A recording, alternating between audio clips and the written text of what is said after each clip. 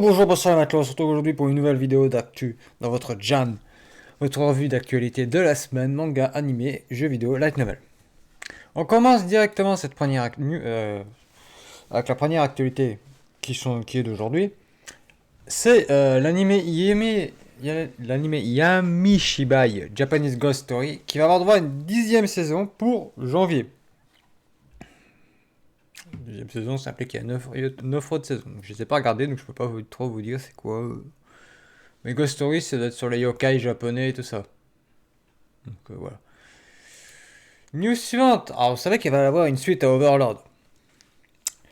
Cette fois, la saison 4 a été confirmée pour 2022. Donc je pense qu'on va très certainement la voir pour de l'été. Printemps ou été. Moi, je parierais plus sur été. Et si je me rappelle bien, il y a un film aussi, Overlord, qui est prévu. Et on en avait parlé d'un Jan de début d'année, je crois. Je ne saurais plus vous dire c'était lequel, mais on en a parlé.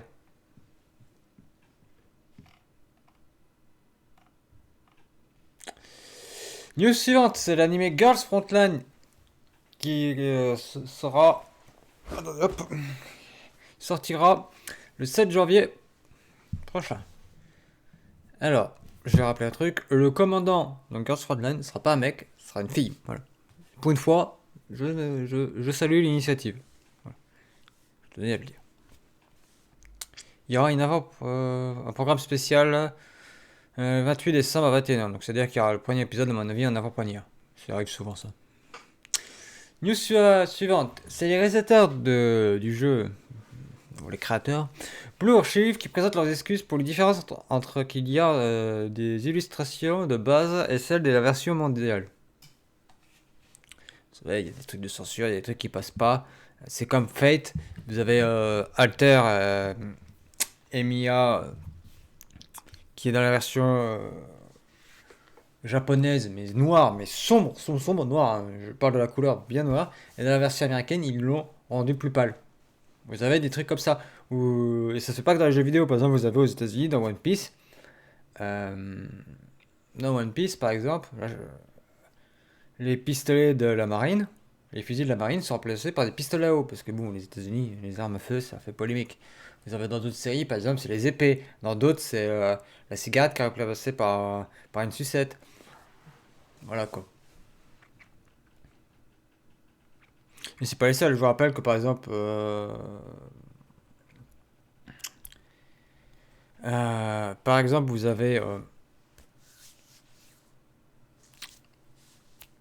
vous avez Yostar qui fait ça avec la version chinoise et la version japonaise et machin. Je vous rappelle que la version d'origine c'est la chinoise. Hein. C'est pas faut croire que la version de base c'est la japonaise. Hein. C'est la chinoise à la base. C'est juste qu'ils ont les japonais rapportent tellement que ça part du japonais, mais à la base c'est le chinois. Hein. Mais vous avez par exemple, vous avez Zukaku qui est différente entre la chinoise et le reste. Je vous le dis à titre informatif. Vous avez aussi voilà.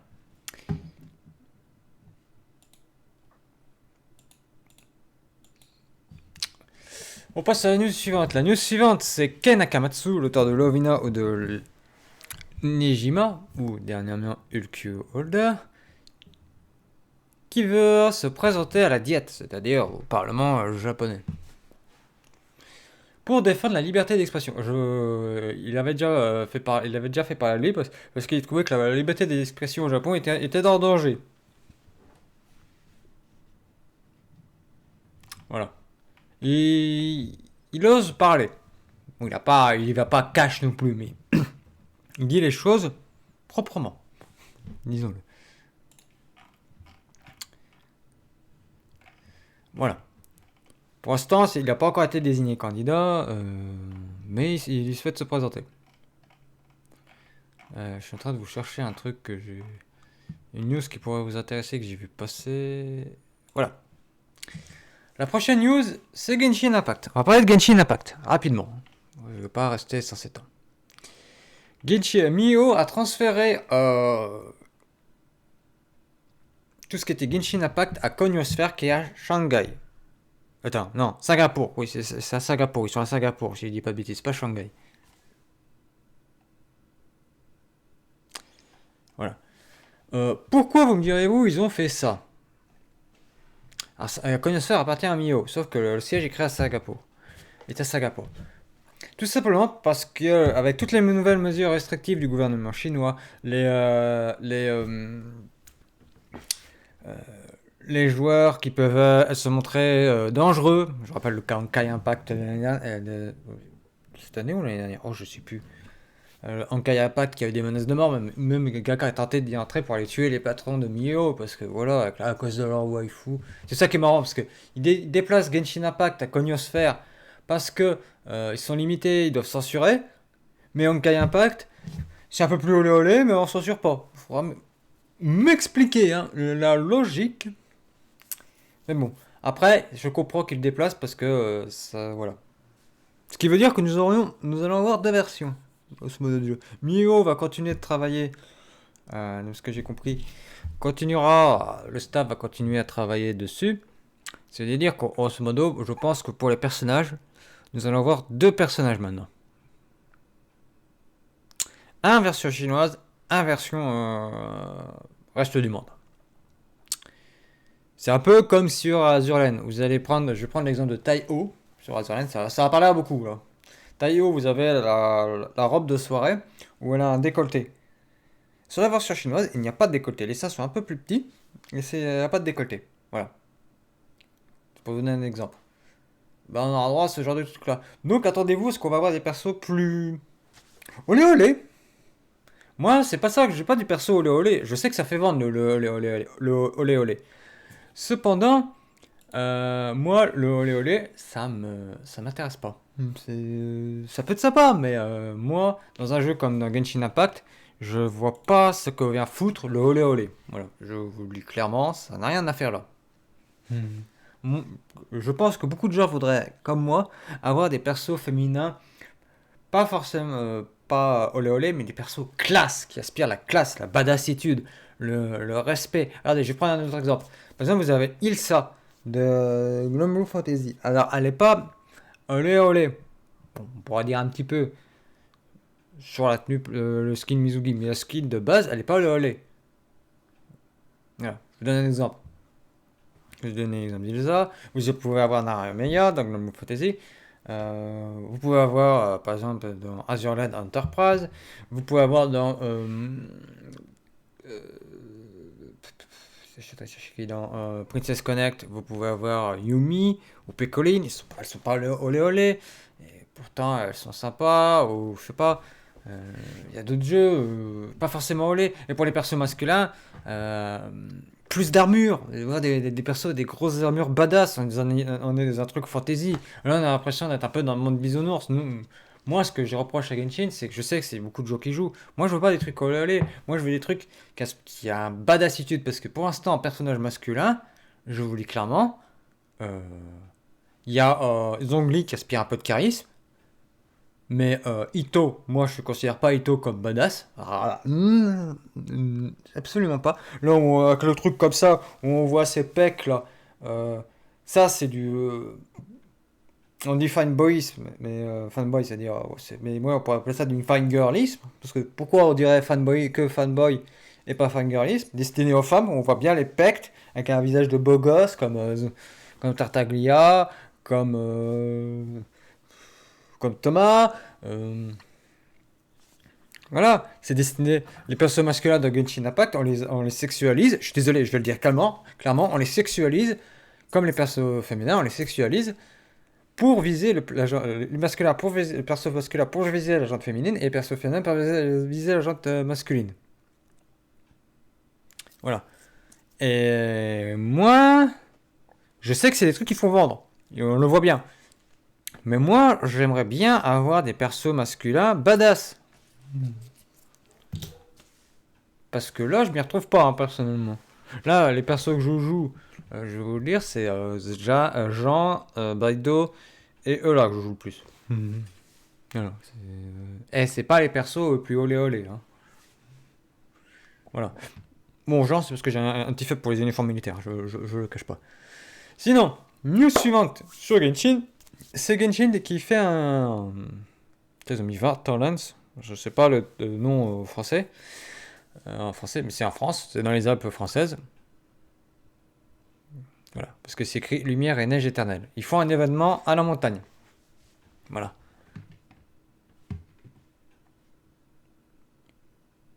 Et le fait qu'ils mettent Zongli là, ça peut présager des trucs. Alors, ils ont fait des cabines, ils ont recouvert des cabines spécialement. Ah, on a eu dernièrement à Marseille les rames de tram fait à l'effigie de Demon Slayer, et là on a les, euh, les cabines de ski. Alors, vous me direz, ouais, mais ça a rien à foutre là, c'est de la publicité. Moi je suis pas contre ce genre de trucs sporadiques, je suis pas contre. Pour une fois que ça arrive en France, faut pas crier, hein. Pour une fois que c'est une entreprise internationale qui décide de faire ça en France, je ne vais pas crier au loup. Voilà, alors, et il y aura une série de mystérieux événements et beaucoup de contenu. Voilà. Alors vous me direz pourquoi ils ont fait ça dans les Alpes et pas dans les Pyrénées. Alors moi je trouve la stratégie des Alpes pertinente. Pourquoi les Alpes en France? Parce que dans les Alpes, vous avez la Suisse qui est à côté, vous avez l'Allemagne. Et oui, parce que je vous précise quand même que les Alpes, ça va jusqu'à un peu à l'Allemagne, hein, quand même, hein. C'est pour ça qu'on parle des Alpes bavaroises, si vous ne le savez pas. Et l'Italie. Voilà. Vous avez, c'est bien placé. En plus, c'est la montagne. Ça correspond pile poil au thème de la mise au jour actuelle et du thème de Noël. Donc, ils ont parfaitement ciblé. Le problème, c'est que pas tout le monde peut y aller. Et c'est que ceux qui vont au ski qui iront à ces événements. Voilà. Donc, moi, je ne vais pas au ski, c'est trop loin. Je dis pas si ça avait été dans les Pyrénées, j'y serais peut-être allé. Mais les Pyrénées, ce n'est que la France, peut-être Andorre et l'Espagne. Voilà. Rien de plus. Donc, les choix des Alpes étaient plus pertinents pour eux. Voilà. Mais Alpes, Val Thorens, je sais même pas comment il. Attends, je vais regarder où c'est. Val Thorens. Oh, ta gueule. Alors, c'est où le Val Thorens? Map. Ouais, je vais vous montrer où c'est. C'est près de Lyon déjà. Voilà, c'est là. C'est en France. Je vous l'avais dit que c'était en France. Voilà, c'est là. Vous avez Lyon, vous avez Nice, et vous avez Montpellier, et vous devez avoir Marseille là. Donc, grosso modo, si vous habitez dans l'une de ces trois villes, voire Grenoble, Annecy, Genève ou Chambéry, vous pouvez y aller, vous serez assez proche. Par contre, le reste, si vous êtes après, si vous êtes à Paris ou dans d'autres villes où vous avez les moyens, allez-y, hein. Voilà. Alors, on retourne aux news manga animé. La grosse apartheid de Genshin est passée, voilà. C'est maintenant la news suivante, c'est Glénat qui a annoncé le manga Full Night, Ningyo et un collecteur pour Tokyo Revenger sur leur chaîne Twitch. Voilà, le collecteur de Tokyo Revenger pour le tome 18 avec des caractères book, des marque-pages, ouais. Voilà. Une news suivante, c'est Hiroshi Hinata est mort à l'âge de 84 ans. C'était un mangaka, il est mort le 11 décembre dernier. Une insuffisance cardiaque. Alors, qu'est-ce qu'il a fait? Il est né en 1937. Ah, il a dessiné le logo du manga Akira. Il a fait le nom, il a bossé sur l'anime Otogi Joshi, le film Musashi Dream The Last Samurai. Ok. Ouais, je connais pas beaucoup. Bon. News suivante, c'est le jeu Tales of Luminaria qui va sortir le 21 janvier au Japon quand même. On précise tout de même, pas chez nous pour l'instant. News suivante, c'est Aniplex qui grosso modo rachète toute la section, on va dire, jeux vidéo de Delightworks qui comprend Fate Grand Order. Voilà. Pour cela, Delightworks existera. Pour cela, Delightworks va créer une entreprise spécialement pour tout ce qui était machin, et Aniplex prendra toutes les parts de cette entreprise. Voilà, c'est ça qui va se passer. Donc, Aniplex, c'est Sony, je rappelle quand même. Donc, Sony aura ainsi le monopole total sur les licences faites de Grand Order. Je sais pas s'ils ont chopé toute la licence Fate Stay Night, c'est à étudier. Là, j'ai pas cette étude, je suis pas assez renseigné pour le coup. Là, je vous l'avoue, accorde. S'ils ont acheté les droits, je ne sais pas. Il faut savoir que Fate Grand Order, c'est un putain de succès au Japon. Et bon, à l'étranger, je sais pas. News suivante, c'est le Makoto Shinkai qui lève le voile sur son prochain film, Suzume no Toji Mare.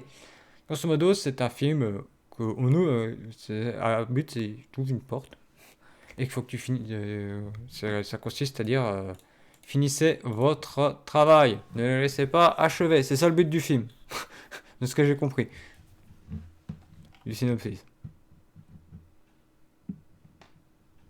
De fermer les portes que de les ouvrir. C'est-à-dire aller jusqu'au bout des choses et pas en ouvrir 36 000. Et c'est très vrai dans le monde du créatif. Voilà. News suivante, c'est on a une nouvelle affiche teaser pour Dragon Ball Super, Super Héros. Ouais. Alors déjà la preview de ce film que j'ai vu était dégueulasse. Je vous le dis très clairement, on aurait cru le truc d'un jeu vidéo de PlayStation 2. Je suis vache, mais voire PS3 en étant joli. Comparé à ce qu'ils nous ont sorti Dragon Ball, ce qui était sur le film Dragon Ball Super Broly, décevant. Je dis clairement décevant. Que moi, je m'attends pas à un truc bien. Voilà. News suivante. Alors, on avait parlé que le manga Freehan allait sortir en France. Et bien, il va y avoir un collector qui sortira en même moment avec un mini artbook.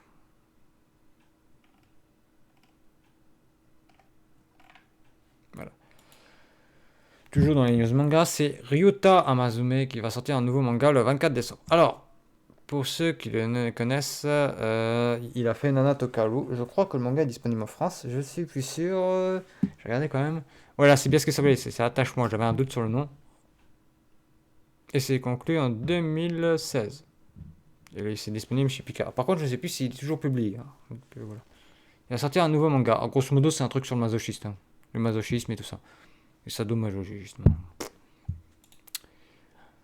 News suivante, c'est Joji Yanami.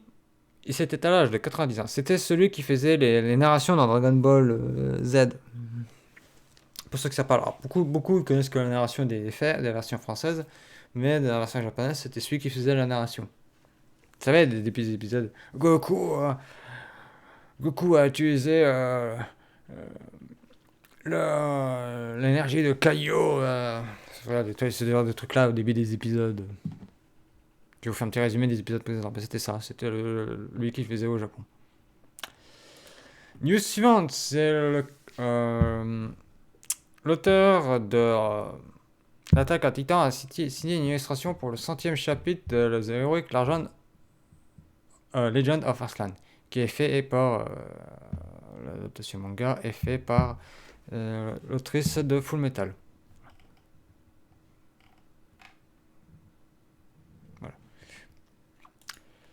News suivante, c'est le manga 18 de Satsuki Yoshino qui va se finir le 12 janvier prochain. Yoshino est l'auteur de Barakamon, si ça vous intéresse de savoir au passage. Que je dis pas de bêtises, a eu droit à 2 saisons animées. News suivante, ça a été confirmé par Netflix, la seconde saison de Ultraman sortira bien en avril 2022. Voilà. Et on a fait le tour de l'actualité, qui était un peu... Je me suis un peu égaré sur Genshin, pour donner un peu mon avis, parce que c'est toujours intéressant d'avoir un peu les avis des tierces et des autres. Voilà. Voilà. Et c'est tout. Voilà. Et je vous dis à la prochaine, c'est-à-dire à mardi. Hein. Peut-être avant si je fais une vidéo rapport manga, je sais pas.